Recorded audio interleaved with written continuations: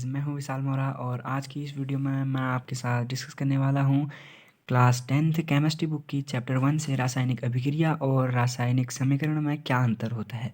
तो गाइस चलिए video start करते हैं। तो देखिए गाइस, ये है हमारा क्लास 10th केमिस्ट्री का चैप्टर 1। इसमें आप देख रहे हैं कि ये है रासायनिक अभिक्रिया। तो ऑब्वियसली कभी कभी बोर्ड एग्जाम में क्वेश्चन आ जाता है कि जो हमारा रासायनिक अभिक्रिया है और रासायनिक समीकरण है उन दोनों में क्या अंतर होता है। तो अभी हम इन दोनों के डिफरेंस को डिस्कस करने वाले हैं। तो देखिए गाइज, ये जो हमारी रासायनिक अभिक्रिया है उसकी डेफिनेशन देखिए आप। जो रासायनिक अभिक्रिया है, तो जब दो तत्व आपस में अभिक्रिया, आप देखिए, जब दो तत्व आपस में मिलकर नया तत्व या उत्पाद बनाते हैं तो यह घटना रासायनिक अभिक्रिया कहलाती है।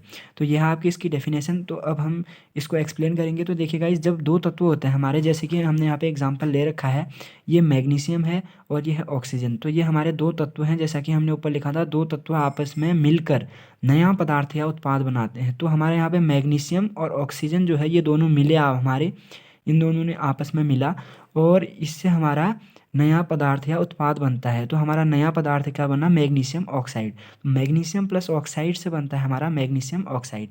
तो देखिए, जो ऊपर हमारा डेफिनेशन थी उससे हमें यह पता चलता है कि जब दो तत्व आपस में मिलकर नया पदार्थ या उत्पाद बनाते हैं तो यह रासायनिक अभिक्रिया कहलाती है। याद रखना गाइस, जब दो तत्व आपस में मिलते हैं और नया पदार्थ बनता है तो उसे रासायनिक अभिक्रिया कहा जाता है। जैसे मैग्नीशियम और ऑक्सीजन आपस में मिलते हैं तो ये हमारे बनते हैं मैग्नीशियम ऑक्साइड। ठीक है दोस्तों।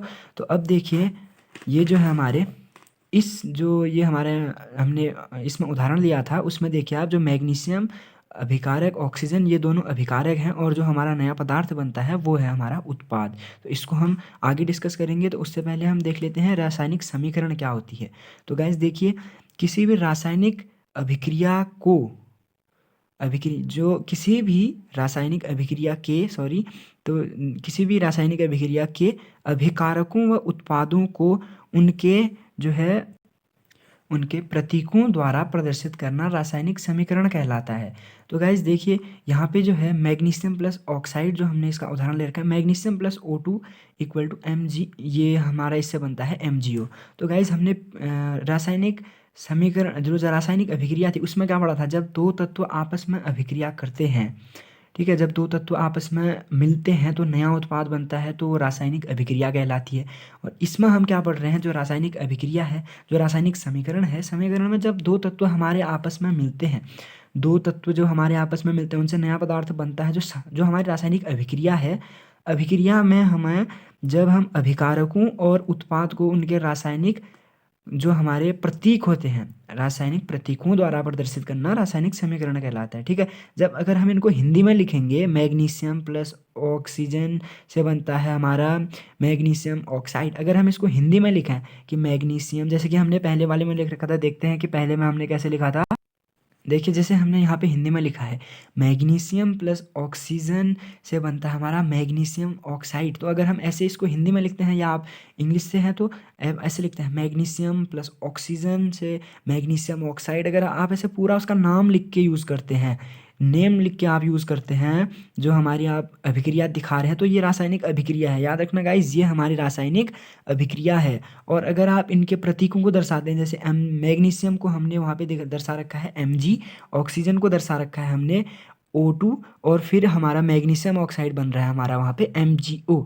तो अगर हम ऐसे पूरे नाम के साथ इसको यूज़ करते हैं तो ये है हमारी रासायनिक अभिक्रिया, तत्वों से मिलकर बन रहा है हमारा यहाँ पे, तो ये रासायनिक अभिक्रिया है।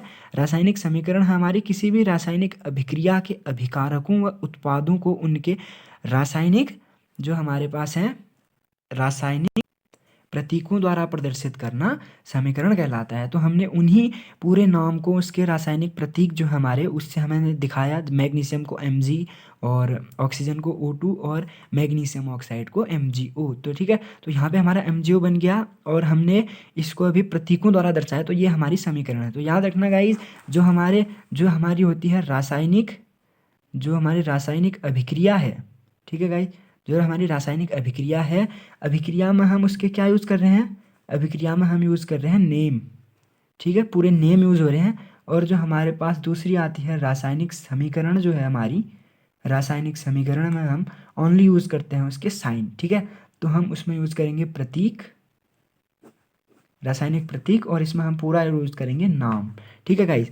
तो देखिए रासायनिक अभिक्रिया और रासायनिक समीकरण में आपको आई होप कि अंतर आ गया होगा इन दोनों में क्या डिफरेंस है।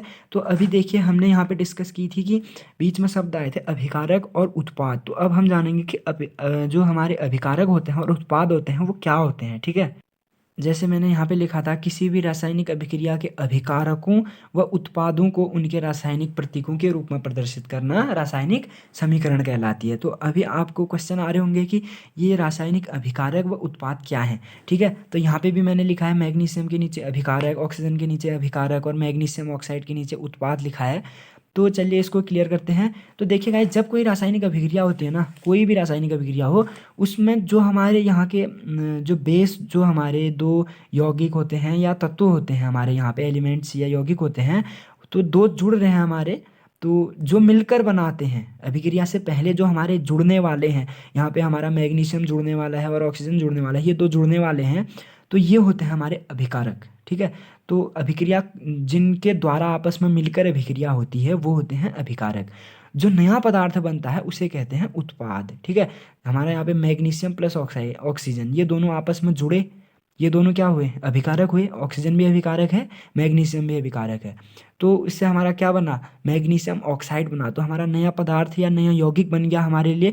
तो अब वो क्या कहलाएगा, उत्पाद कहलाएगा। ठीक है।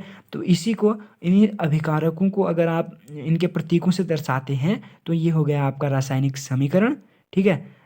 और इन सभी को आपने इनके प्रतीकों से दर्शा दिया, ये हो गया आपका रासायनिक समीकरण।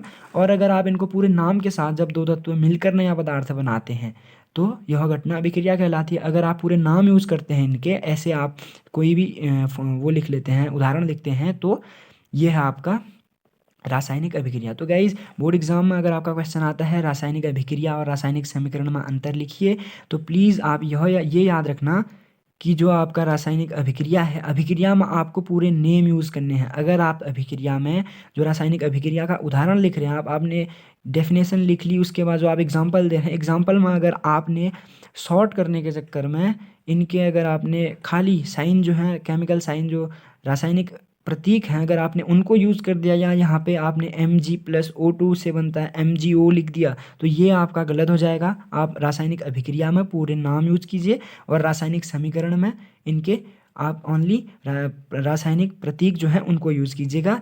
तो आई होप कि आपको इस वीडियो में जो मैंने रासायनिक अभिक्रिया, रासायनिक समीकरण और अभिकारक, उत्पाद, ये सब बताया, ये टॉपिक आपको क्लियर हो गया होगा। तो अगर आपको कोई प्रॉब्लम है तो आप कमेंट सेक्शन से क्वेश्चन पूछ सकते हैं। तो मिलते हैं नेक्स्ट वीडियो में। और अगर आप हमारे चैनल पर नए हैं तो प्लीज़ सब्सक्राइब कीजिए, वीडियो लाइक कीजिए, शेयर कीजिए, कमेंट कीजिए, और मिलते हैं नेक्स्ट वीडियो में। और अपनी बोर्ड प्रिपरेशन बढ़िया तरीके से कीजिए।